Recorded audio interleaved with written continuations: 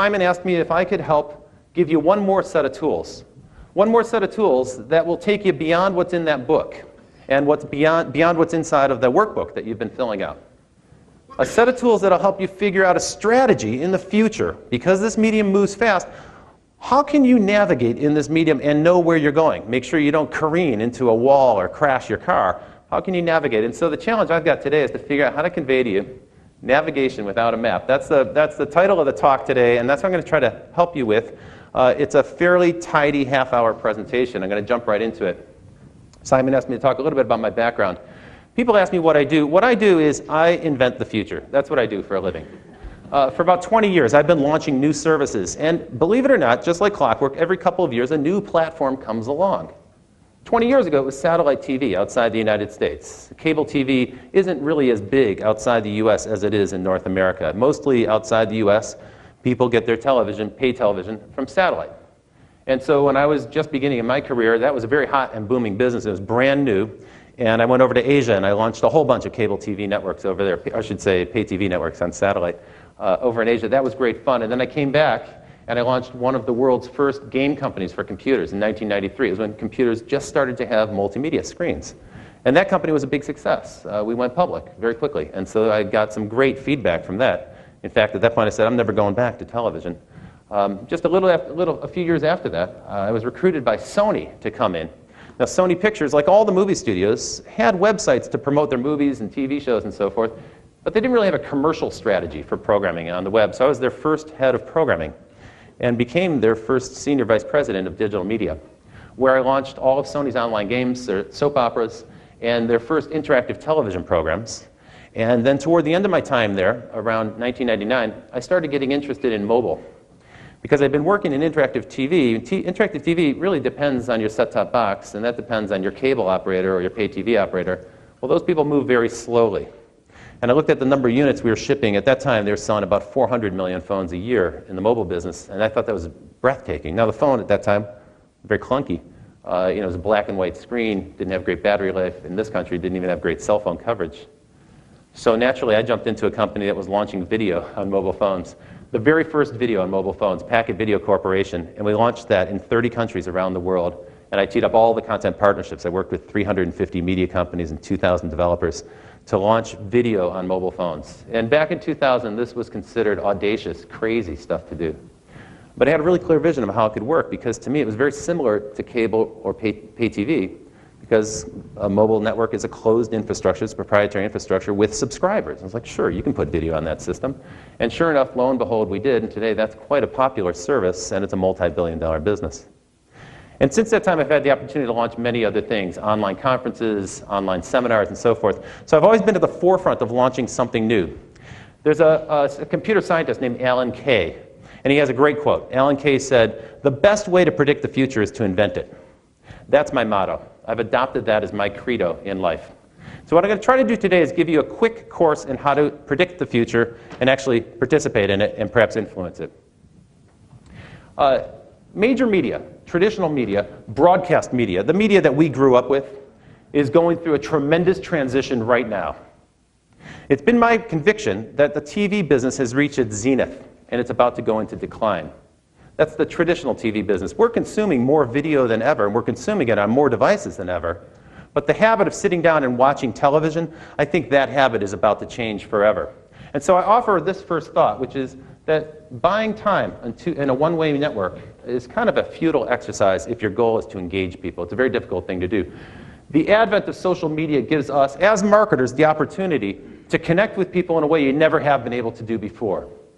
Marketers always say, oh, we like to get in a dialogue with our customers. But how sincere are they about that statement, really? If you're buying time on billboards or buying time on television, you're not really in a dialogue, you're just pushing a message at them. Social media gives you a chance to invite them into a conversation. So for today, what I'm going to do is give you a quick course, 2 questions, 6 trends. I'm going to really build on some of the trends that Simon just shared with you. And if time permits, I'll do 1 bonus for you. First question for you, fad or trend? How many people in the room think social media is a short-term fad? Very good. Simon, it's working. How many people in the room think that social media is a long-term trend that's here to stay? I should hope that everybody would raise their hand. Very good. But you may work for organizations that feel differently. Does anybody work for an organization that says, oh, come on, it's short term? Okay. How many people who've been overwhelmed by all the new stuff they're having to deal with and contend with in social media wish that it was a short-term trend? Maybe that's a different question, right? Sure. Internet by the numbers. Let me put that first thought to bed once and for all. So these are new numbers that were published by Pingdom. It's a website that tracks this information from a variety of different sources. There are about 2.1 billion people using the internet through landline services, and a further a billion reaching that through mobile phones around the world today. So just about a third of humanity, a little bit more than a third of humanity, is using the internet. 2.6 billion instant messaging accounts. 2.6 billion. That means there's more people using instant messaging than people who are actually using the internet, individuals. That means people have multiple accounts. By the way, this is not new stuff. Instant messaging, the first IM system for Unix computers began in the late 1970s. So this is fundamental to the architecture of the web. This is part of the two-way network. This is what you do in a two-way network, is you send messages back and forth. 2.1 billion social network accounts, 800 million and growing. You know, Facebook is long on their path towards 1 billion users. Imagine that, a company that's 7 years old with 1 billion users. 350 million of them access it through their mobile phone. Twitter has now exceeded 225 million members. And Google+, which is a relatively new service, it's only about 6 months old, already has 62 million users. It is the fastest growing piece of software that's ever been introduced. It's the fastest product launch ever in terms of take-up and traction with customers. And many industry pundits predict that there'll be 400 million people using Google+ this year. So you can go from 0 to 1 billion faster than ever before in this medium. That is one thing. Velocity is really, really a key feature of social media. It moves really fast.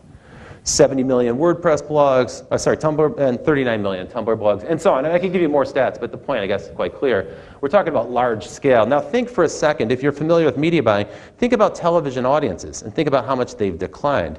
You know, the primetime television audience in the United States in, say, 1980 was about 95% of the American households.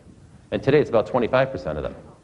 And so a hit TV show today will hit somewhere around 10 million viewers. That's tiny by these numbers. That's not going to change. That's the trend. Traditional media is going to fragment and the audience sizes will decline, even if it continues to remain for a very long time, which I believe traditional media will be around for a very long time. But the audiences will fragment. In the meantime, the social audiences are going to grow, and they grow really, really fast.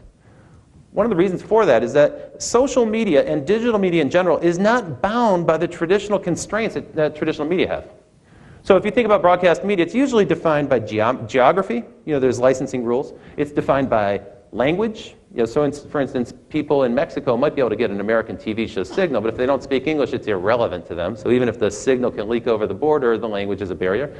And then, of course, distribution platforms. You know, so if your house is in a neighborhood that doesn't get cable or satellite, well, then guess what? You're not going to get those services. And so traditional media is bound by those three constraints. Social media simply isn't bound. It is unbound. It has the potential to grow to reach all of humanity. One of the projects that I'm working on right now is called The Next Billion Seconds, and we're predicting what will happen in the next billion seconds. It's about 31 years. And one of our predictions is that every human on the planet, all 7 billion of us, and by that point it'll be closer to 9 billion, every one of us will be connected all the time. What happens to humanity when the intelligence of all of us is connected, when we're all participating in these social services? And now you can envision a time, it's not too far away, folks, that's 2025. You can envision a time when there'll be several services that have audiences in the billions. It's quite an amazing number. It's quite an astonishing vista. Another way to answer the question about long-term trend or short-term fad is more like sentiment. How do you feel about that? How do you feel about social media? Do you feel positive or do you feel negative? Tell me, anyone in the room, who feels positive about social media as an opportunity? Great, fabulous, that's why you're here. And who feels negative? Yeah, fair enough. Don't be shameful. No, yeah, don't be bashful about it. I'm with you. It's like this for a lot of people. It's not about positive and negative. It's about opportunities and threats. Right now, imagine if you run a media company, a traditional media business.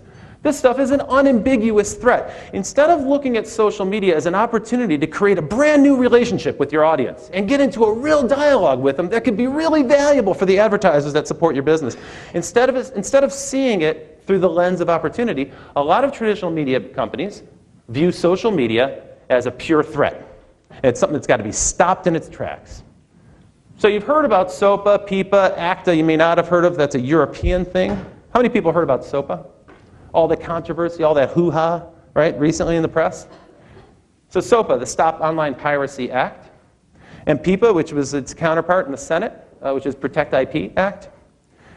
These were kind of a blunt force instrument, right? A brute force way to try to control piracy on the internet. And the proposal was to basically cripple the address system, how the internet works, the DNS system that actually helps us find websites.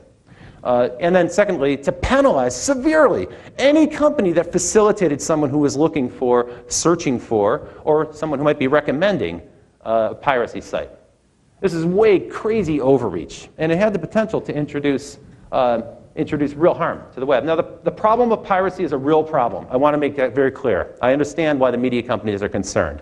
The problem of piracy is this. Today, a motion picture in the past had the opportunity to recover its cost and make profit for a period of about 36 months. When, 10 years ago, 20 years ago in the movie business, you had about a 36-month lifespan for that picture to be active, and then it kind of went into catalog. Today, a motion picture has to recover its cost in the first 4 days. Otherwise, they're going to be in financial jeopardy.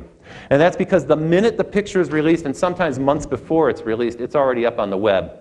A lot of this occurs outside the United States, where the FBI can't stop it. A lot of the consumption occurs outside the United States. And I'll be candid with you, a lot of it occurs in markets where that film isn't legally available. And so consumers who want to see it, they're going to find it one way or another. And so partly our old licensing laws, those geographically bound laws of licensing content, those rules, those business rules, they're kind of driving, spurring piracy in markets where people have a desire to see something or watch something or hear something, and they cannot. And so they're going to find their way to it, unfortunately. Piracy is a real issue, though. It's starting to eat into the content companies' business. It's hurting their profits. It's cutting down their foreign business in particular. And a few years back in the 1990s, the Digital Millennium Copyright Act was introduced as a means of trying to control this, to try to govern how copyright would work. And it seemed to work all right. The only problem with it is the way it works is you have to send a takedown notice. So if somebody's posting content, then an attorney at the studio or at the record label has to send a takedown notice to that website. And this is like a giant global version of whack-a-mole. So you have these armies of attorneys that every day they're sending out takedown notices, and then the stuff's taken down, but it just pops up somewhere else the next day. And so in sheer frustration, the media companies decided to take some drastic action, and that's where the initiative for SOPA, ACTA, and PIPA, these really crude and overdrawn, overreaching legal mechanisms were drafted. Here's Rupert Murdoch on the subject. Talk about someone who's not really thrilled about social media. He's using Twitter to complain about Google's role in piracy. And look at what he says. The piracy leader is Google, who streams movies free, sells adverts around them. No wonder they're pouring millions into lobbying. Now, it's not really true, right? Is Google pirating? Of course not, right? I'm sure what he's referring to here is YouTube. Okay, fair enough. There's an open issue. There's some open issues around that. YouTube has had some friction in the relationship with the studios in the past. In terms of pouring millions into lobbying, well, the irony here is the motion picture companies, the movie studios, the media companies, and the big fashion brands that have copyrights, they spent millions lobbying for the SOPA Act. The technology companies spent maybe $500,000. It was like a 4-to-1 spending ratio on Capitol Hill. Now, the way Silicon Valley responded was actually quite interesting to this SOPA threat, because I'm telling you, this legislation had some really bad stuff in it. The principle, I agree with. We need to deal with the real issue of piracy, but this particular tool was not the right tool. The way I describe it is that there's a conflict between the architecture of cooperation and the architecture of coercion. I don't have time to get into this today. If you go to my website, which is my name, roberttercek.com, you'll find a video there that I gave about a year ago in Canada and again in Australia on this subject. And it's called Cooperation and Coercion in the second century of electronic media. My premise is that media businesses of the past have erected a business model of coercion, which is all about value extraction, getting money from customers. The media company of the future is all about cooperation, how to get people to participate. And they freely choose to spend money if they wish to. They opt in, but you can't coerce them. And those two business models are going to have a clash. That was my prediction a year ago, and here we saw it this year with this heavy-handed legislation, very much proving the point. So the primary concern about the SOPA and PIPA laws is that it would censor the web. It was an architecture of censorship, and this is a really big issue. Whether or not, no matter where you stand on that particular issue of piracy and this particular legislation, it's very important to be aware of this issue. Once an architecture of censorship is introduced, in this case it might be, the government might say, well, we need you to just do this to stop piracy. Well, then it's not a very big step for the government to say, and we just want to add in pornography, which is what they're trying to do in Australia. And then someone else will say, and religious defamation, and this, and that. And all of a sudden, you're going to end up in a world that is no longer the internet that we recognize, the internet of free sharing, free opinions, free sharing of information, abundant information. It'll become a world of geographically and culturally shrunken windows into content. And that's a really big concern. And so what happened was the entire internet went on strike. This is fascinating. So for one day, last week, the entire internet went on strike. Websites like Wikipedia took themselves down, put up a black thing there and said, nope, we're not going to be here today. So you can get a sense of what the world might be like if this legislation passes. Google put a black bar on their website. You can still search, but it's like a good reminder, right?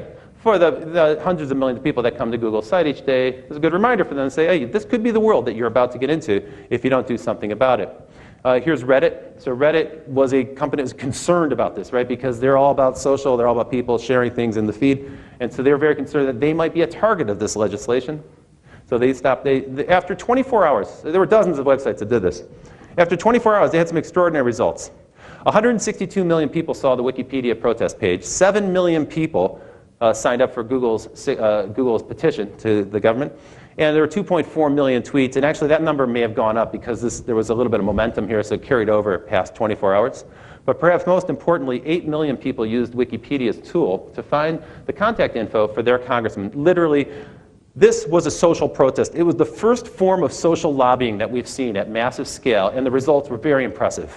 Because prior to this protest, there were enough votes in both houses to pass this legislation. It was on a railroad track to passing. And after this, 24 hours later, 40 more representatives in both houses signed up for the opposition, decided to oppose it, and a whole bunch of the sponsors of the bill said, whoa, we're not taking on 162 million people, sorry. And they stepped back. Really amazing. That's the power of social media. This is here for good. This is going to be a part of our civil discourse. This is a new tool for citizens to talk to their government forever. The only thing that can stop the growth, therefore, of social media, I believe, is government regulation. And it is underway in certain countries. In authoritarian countries, very much so. Social media is monitored. Social media accounts are monitored. Your friend network becomes something that's very interesting to certain governments. They'd like to know who you're connected to and who you're influenced by. So the only thing that can stop the growth of social media is government regulation. And it appears that the only thing that can stop the regulation is social media. So what drives the growth of this medium? We see that it moves very quickly. We see that lots of people are using it. What drives the growth? So here's my second question for you. Quiz. What do the following have in common? Arab Spring, the rebellion in North Africa. About a year ago it started, right? The London riots of August. Do you remember that? They were burning stuff down in London, right? And of course the Occupy Wall Street movement that started in September of last year. Anyone want to take a guess? What connects those three things? Sorry? They're all broke people. Yeah, I mean, I would debate you. I think that's a facetious answer. Anybody got a serious answer? Yeah. They use social media to organize. They did. They used social media to organize themselves. That's very good. Someone said inequality. That's for sure true. There was a lot of momentum behind it. Anything else? There's actually quite a lot. Participation, very much so. Yeah, Twitter was a function of it. Okay, so some people dubbed the Arab Spring the Twitter revolution. Others called it the Facebook revolution. And by the way, the kids were spray painting Facebook and Twitter. You can see all kinds of photos of that. So they were real clear about what tools they were using to organize themselves. But here's what I believe connects these things. Because there's a lot. There's a lot of dynamics here. The main point for you folks, for marketers, is this: validation. Validation. How did Arab Spring start? WikiLeaks released those cables. Remember those cables came out and there was this giant scandal and the government was really freaked out. And then the government kind of figured out what was in the cables and they're like, actually, the stuff that's in here isn't that critical. So, they kind of downplayed it. This is like last October. Well, that's not really true. That was true from an American perspective. But included in those WikiLeaks cables was information from the US ambassador and people in his office in the Maghreb, in the northern part of Africa, including Egypt and Tunisia, where there were messages that said, we met with the leaders of the opposition groups. Well, this was news to the people in those countries. They didn't know there were opposition groups. They didn't know that they were talking to the American government. And all of a sudden they said, holy cow, I'm not the only person who feels this way. Holy cow, there's other people like me. And they got onto Twitter, and they got onto YouTube, and they got onto these social services and started to find out that they shared something in common. Validation is a very important driver for this medium. Validation is what unifies people. Because all of a sudden you find out that that feeling you had, or the idea you had, or the interest you had, or that passion you had, or that thought you had, things could be different. All of a sudden you're not the only one. And social media is how you discover it. You can find that out really, really fast. This idea of you're not alone is really powerful. I want you to think about that, because every person here works either at a charitable organization or a company that solves problems for people. Most people live lives of quiet desperation. Most people don't have a really wide and diverse group of friends to talk to. A lot of people suffer in silence with all sorts of afflictions. Social media is incredibly powerful at letting you know that you're not the only person who has that situation. And you can actually connect with people and give you useful tips. There's a ton of social sites that are focused on this. The second thing is, you may work alongside somebody in an office for years and never know that they share a passionate interest with you when they're not in the office. Social media lets us discover aspects of our friends that we didn't even know about, because we never had the occasion to find out.